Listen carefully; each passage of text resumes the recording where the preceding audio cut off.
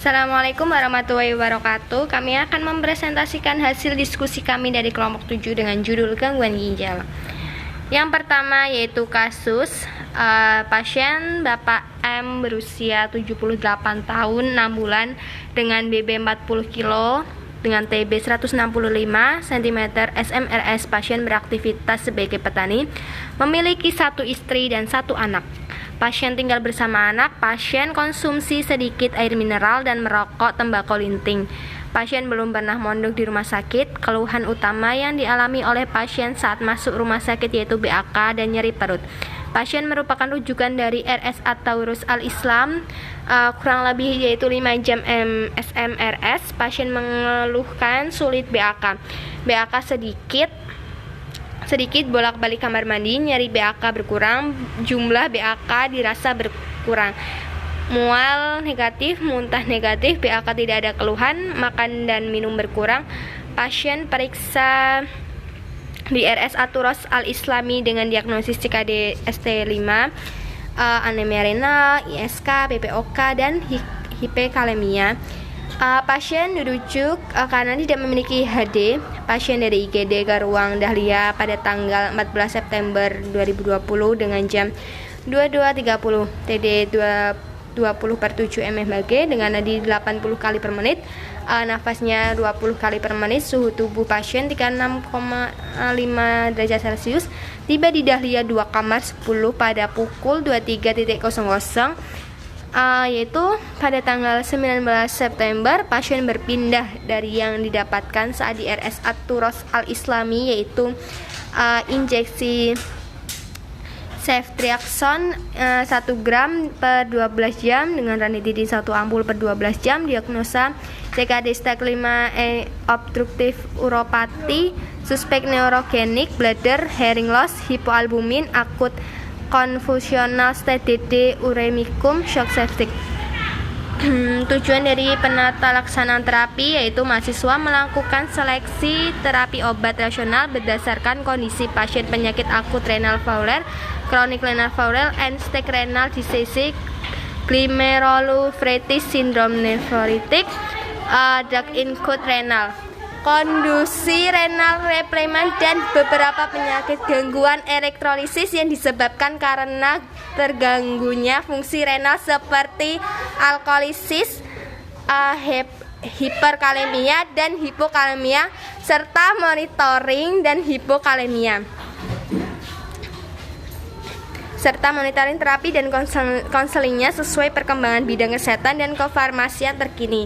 Selanjutnya yaitu algoritma terapinya diambil dari sumber Firdianti 2017 dan Kristiningrum 2019. Yaitu ini berikut data lab pasiennya, bisa dilihat. Ini terapi obat yang diterima pasien pada tanggal 18 sampai 22. Lalu selanjutnya yaitu deskripsi kasus dan analisis kasus pada tanggal 17 September 2020 dengan problem medis yang pertama yaitu CKD. Subjektifnya yaitu konsumsi sedikit air mineral, sulit BAK, dan nyeri perut. Yaitu objektifnya yaitu albumin 3,07, BUN-nya 212, kreatininnya 11,4, serta CCT-nya yaitu 4,45. Asesmennya itu ada indikasi tidak ada obat.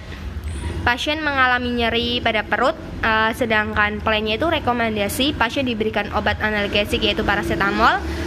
Monitoringnya dilakukan pemantauan pada perut pasien setelah mengkonsumsi obat paracetamol. Selanjutnya yaitu problem medis yang kedua yaitu anemia renal dengan subjektif pucat dan lemas. Langsung saja objektifnya yaitu data lab, diambil dari data lab dengan AE-nya 2,399 dengan HB 6,9, HMT 20 dan eritrositnya 2,39. Asesmennya yaitu ada indikasi tidak ada obat. Pasien mengalami pucat dan lemas serta plannya itu rekomendasi penambahan obat asam folat untuk terapi anemia. Dengan monitoring dilakukan pemantauan HB pasien. Selanjutnya itu ada ISK dengan subjektifnya pasien mengeluhkan sulit BAK, BAK sedikit kamar mandi, nyeri BAK, jumlah BAK dirasa berkurang mual, muntah, BAB tidak ada keluhan serta nyeri perut. Dengan objektifnya yaitu bakteria 333,6, eritrosit 161, leukosit 223 dengan protein 3 positif, dengan ketonnya positif. Langsung saja asesmen, ada indikasi tidak ada obat, pasien mengalami sulit BAK. Dengan lainnya itu rekomendasi penambahan obat ceftazidime injeksi 500 mg. Ya, dengan monitoringnya dilakukan pengecekan lab urin atau dilakukan pengecekan pada pasien apakah masih mengalami sulit BAK atau tidak. Selanjutnya yaitu PPOK dengan subjektifnya makan dan minum berkurang, pasien merokok tembakau linting. Dengan riwayat pengobatannya yaitu ranitidin 1 ampul per 12 jam dan cetirizine 100 gram per 12 jam. Objektifnya yaitu RR 18 kali per menit. Selanjutnya yaitu asesmennya, diagnosa dokter dan hasilnya menunjukkan nilai RR atau nafasnya mengalami PPOK. Selanjutnya lainnya rekomendasi diberi tabung oksigen untuk membantu pernafasan serta monitoringnya respirasi rate. Dengan hiperkalemia yaitu gejala lemas, jantung berdebar, profil pengobatannya infus NaCl 0,9%, anestesi untuk HDCat O2 serta hasilnya objeknya itu hasilnya 5,18. Dengan asesmennya belum dilakukan terapi hiperkalemia. Lainnya itu rekomendasi dilakukan hemodialisis untuk membuang kelebihan kalium, berhenti merokok, menghindari makanan tinggi.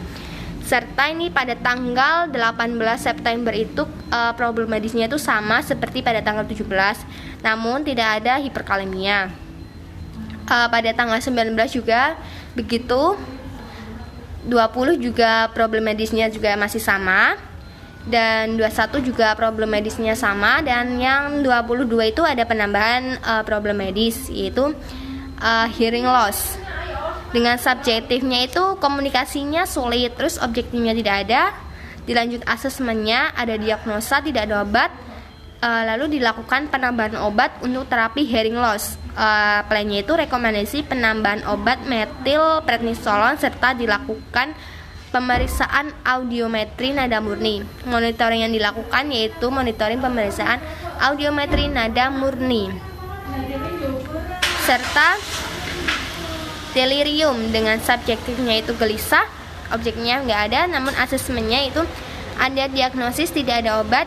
Pasien mengalami delirium yang diduga muncul setelah operasi, namun di sini ada lainnya rekomendasi dilakukan terapi non farmakologi dengan cara menegakkan pasien dengan kata-kata. Monitoring dilakukan monitoring gejala pasien yaitu gelisah. Yang terakhir yaitu hipoalbumin, dengan subjektif tidak ada, namun objektifnya hasil labnya itu 3,38. Asesmennya ada diagnosis tidak ada obat, dilakukan pengobatan non farmakologi. Rekomendasinya dilakukan edukasi terkait anjuran makanan yang mengandung protein seperti telur, ikan asin, dan susu. Monitoring hasil lab albumin 2,38. Selanjutnya akan dilanjutkan oleh teman saya yaitu Huda. Ya, selanjutnya ada pemilihan obat rasional. Di sini kami menggunakan pertama ceftriaxone. Untuk ceftriaxone sendiri mekanisme kerjanya ini bekerja membunuh bakteri dengan menghabisi sintesis dinding sel bakteri. Ceftriaxone merupakan cefalosporin generasi ketiga dan berupa antibiotik spektrum luas. Kemudian ada cefrazidin. Ini mekanisme kerjanya sebagai antibakteri dengan menghambat enzim yang bertanggung jawab terhadap sintesis dinding sel. Kemudian ada asam folat. Nah, asam folat ini mekanisme kerjanya adalah dengan membantu tubuh memproduksi dan menjaga pembentukan sel baru, serta membantu mencegah perubahan DNA yang dapat menyebabkan kanker. Kemudian ada mecobalamin. Untuk mecobalamin sendiri mekanisme kerjanya bertindak sebagai koenzim metionin sintase dalam transmetilase homosistein dan serta menjadi metionin untuk berbagai fungsi metabolisme yang penting dalam replikasi sel. Kemudian ada CaCO3 atau kalsium karbonat. Mekanisme kerjanya sendiri adalah bekerja dengan mengembalikan keseimbangan asam basa sehingga mendorong aktivitas pepsin serta meningkatkan sekresi bikarbonat dan prostaglandin. Untuk selanjutnya ada NaCl 0,9%. NaCl 0,9% ini mekanisme kerjanya adalah bekerja dengan mengatur keseimbangan cairan tubuh. Kemudian kita masuk ke evaluasi obat terpilih. Di sini evaluasi obat terpilih yang kami gunakan menurut hasil diskusi kami yaitu pertama ada ceftriaxone injeksi. Ini menurut ISO volume 52 halaman 116. Indikasinya adalah infeksi saluran pernapasan, infeksi saluran urin, infeksi tulang, sendi dan kulit.